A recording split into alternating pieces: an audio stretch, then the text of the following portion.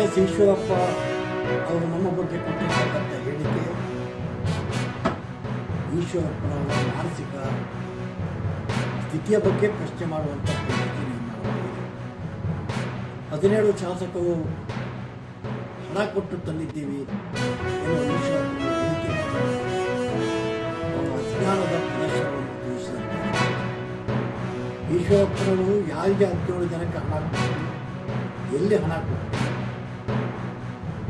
ಈ ಹಣವನ್ನು ಅವ್ರಿಗೆ ಯಾರು ಕೊಟ್ಟರು, ಯಾರ್ಯಾರಿಗೆ ಎಷ್ಟೆಷ್ಟು ಕೊಟ್ಟರು, ಇದನ್ನೆಲ್ಲ ದಾಖಲೆ ಸಹಿತ ಈಶ್ವರಪ್ಪನವರಿಗೆ ಈಶ್ವರಪ್ಪನ ಸಾರ್ವಜನಿಕ ಜೀವನದಿಂದಲೇ ನಿವೃತ್ತಿ ಪಡಿತಕ್ಕಂಥದ್ದು ಅಥವಾ ಅವರಿಗೆ ಮಾನಸಿಕ ಸ್ಥಿತಿ ಸರಿ ಇಲ್ಲ ಅಂದರೆ ಅವರು ಮಾನಸಿಕ ಆಸ್ಪತ್ರೆ ಹೋಗ್ತಕ್ಕಂಥದ್ದು.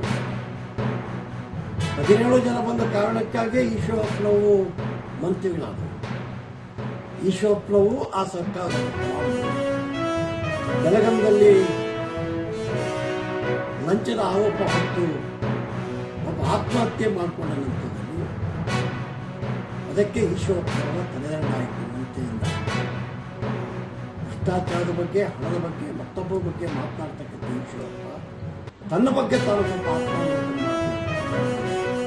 ಇಂಥ ಈಶ್ವರಪ್ಪ ಆರೋಪ ನಾವು ಒಪ್ಕೊಳ್ಳೋದಕ್ಕೆ ಸಾಧ್ಯ ಇಲ್ಲ. ಈಶ್ವರಪ್ಪನವರು ಹತಾಶ ಮನೋಭಾವನೆಯ ನಿರ್ಲಿಪ್ತತೆಯ ಒಬ್ಬ ವ್ಯಕ್ತಿ ಅಂತಕ್ಕಂಥದ್ದನ್ನು ಖಂಡಿತವಾಗಿ ಹೇಳೋದಕ್ಕೆ ಬಯಸ್ತೇನೆ. ಅವರು ಒಂದೇ ಸಾಬೀತುಪಡಿಸಲಿ, ಇಲ್ಲ ಸಾರ್ವಜನಿಕ